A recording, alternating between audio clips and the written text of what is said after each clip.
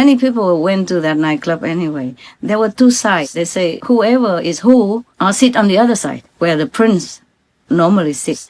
And whoever is not who, sit on the other side, which is my side. I didn't know anyway, but they just arranged there. I sat there. I like to sit there also because in the garden, I hear the water running from a small fountain and the lake, yes. I sat there and then he came and we introduced each other and all that stuff. All right, and then so, why did I say that again? Okay, just talk about the girl. Just told me that she went there in the club. And she was with other friends. She didn't say girls or boys, but a group, more than just her, And then they already kind of had one too many drinks. Okay, that's what she told me. Already drunk. And the prince just came out or leaving or going out of that area. Maybe he was leaving to go somewhere. And then the girl behind her pushed her towards the prince. Just push her to him. Maybe she was kind of adoring him or talking about him or something like that. So they just pushed her towards him. And then she just bumped into him and she, of course, had to hold him. The fall like that, yeah? Yes. She had to hold on to him and then she just kissed him. On the lips. French kiss.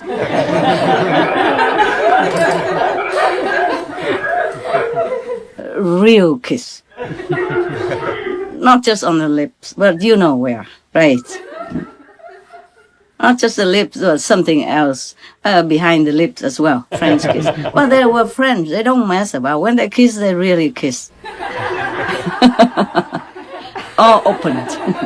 Anyway, and the prince is so friendly, as you know he is, yeah? He kissed her back. Fine, good. And after that, they became friends, okay? The French friends, yeah, intimate friends also. So he visited her sometimes and all that, and she drove him around sometimes like that. They're having some good time together only. She doesn't use him for anything, and it's just like a simple relationship. The point I want to tell you is that I never heard that Prince Albert has sued or filed a lawsuit to accuse her of sexual molestation. Yes, Master. Yeah. If any woman does that to a man, I don't think a man would sue them. Have you ever heard any man sue a woman for molesting him? No. Or how do you say, sexual harassment? No. Seldom, huh? Yes. No, I never heard about it. So that is even true, really, just outright, right there. She really kissed him. Before that, she did not talk to him, did not have any contact with him or nothing. I just kissed him like that. But she was drunk anyway, and he maybe was also drunk, and who cares? In France, they don't care too much. In Monaco, also less. And in Monaco, they respect women. So whatever woman wants is law. There's not too much paparazzi there, very little. It's forbidden. Paparazzi is forbidden. Yes, to report such things. And of course, Prince Albert is too polite, too gallant, too respectful to women in order to sue her. He didn't sue her and he just befriended her. Okay. Now, because Princess Grace of Monaco, she propagated respect for women in Monaco since she went there. So in Monaco, a woman is very, very high status. You cannot do anything wrong to a woman. You'll be finito. Go to jail and all that even. Now you know, huh? Lucky she's a woman and kiss the prince as a man. If the other way around, maybe it's a problem. Yes. Well, I don't think they do that in Monaco. So you see the difference, huh? Yes, Master. Yes, Master. If a woman kisses a man outright like that before, not even a forward or no warning, nothing, and then they become friends even. Nobody said anything. And I heard that firsthand from her. And later they parted, but also no big deal, friends, no problem. Nothing more afterwards. Yes, Master. Yes. So even then, really kiss outright like that, a French kiss, and no problem, in front of everybody, in front of the public. So in the case of the Governor Cuomo, he didn't seem to do anything much like that even. Nothing happened afterward as well. So I don't know why they want to kick him out. Yes, Master. So if it's not the influence of demons, then what then? There's no logic, is there? Yeah? No, Master. No. Yeah. After all, they all know he's a good governor, been voted 3 times by millions of people. And that is the public adoration, trust. Yes. Yes. So even just a few allegations like that, I don't think they should fire him at all. About the COVID, maybe he made mistakes or his administration made that mistake, but they make it everywhere. Similar cases about COVID everywhere. Because it was so blurred, the line between the COVID and the flu or headache or other things, common cold before, at that time. They just didn't know how to deal with it, that's all. I told you they are not medical experts. Yes, Master. No more questions, huh? Oh, yes? Yes or no? I have another question, Master. Tell me. Oh, Master talked about war causing the hell gates to open. Master mentioned before the wars in the astral levels. So is there something that opens there as well, or does it leak down to the earth? The war from the astral levels? Yes, Master talked about the astral level kingdoms. Oh, and then it is spilled down to the earth? Yes, Master. Of course, it does affect our earth also. But it depends on our karma. If we are good and virtuous as the whole planet, or the majority, then that will not spill over to our planet. But as you know, our planet is not in good shape.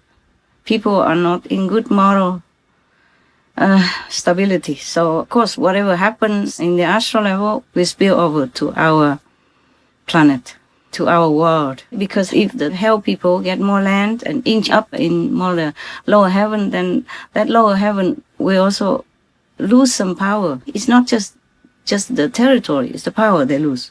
Yes, Master. Then they cannot bless or help humans as much. That is why. It's not just about the territory. Huh? You understand now? Yes, Master. It's just like the recent war in Nagorno-Karabakh. So that means the people in that region had to be refugees somewhere else in their own country. As they had nowhere to go, they just run, and then maybe the government has to help them somehow. And then at the same time, it's very chaotic in their country, in the government, in the presidential office or the prime minister's office, because people also blame him for surrendering to the other country's policy or war. Because of that, and then he will be too busy with all that or occupied or absent-minded. He cannot help his country that much. He cannot continue his routine work as a prime minister. People want him out and people protest on the street and the opposition rose up, etc., etc. Yes, Master.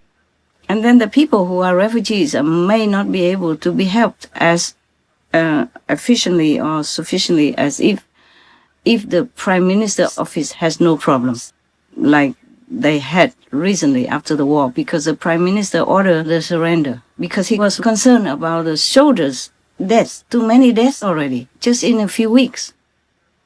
You understand? Because they were not prepared for war.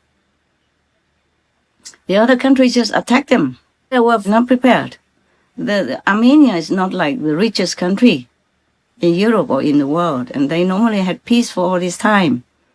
So nobody was prepared in the heart or physically to deal with sudden war. And then the aftermath effect that affected the country's top leaders' office and government. You see it now? Yes, Master. War is terrible. Nobody should ever start any. But if the prime minister did not order to withdraw and let the other country win, then there would be more bloodshed. More people would die. Yes, Yes, Master. Master. And the other country is stronger, more equipped by a third party who want to cause trouble also. People have nothing to do. except to go and make trouble and bloodshed like that. I blame these people. I blame the people behind the war. I blame the people who decide the war. I don't blame the Prime Minister of Armenia. That's why I gave him the Shining World Leadership Award for peace. Did I not? Yes, Master. Yes. You see what I'm saying now? Yes, Master. Nobody should blame him. He's a man of peace. Of course, if he continued to fight the war, people would say, oh, he's a hero and all that. But at the cost of what? And not necessarily that he will win ever. Because his armies is not able to stand up to the other country, to the aggressor country. They already prepared, they already had strategy and everything. And Armenia is not very strong and not very rich country. At least not army-wise. So if it continues on, more Armenia will die. Everybody can see that. You don't have to ask me. You don't have to listen to me in order to believe that. You can see their size, their economic situation. I was there. The country was not all that rich and powerful. Yes. Not even average. Excuse me. I say that not as the offense, but as sympathy. And as a true observer, when I was there in Armenia's capital, I went around for some charity work. So it's true like that. Yes, Master. But why did I talk about this? Oh, because you asked me about the war from astral level, right? Yes, Master.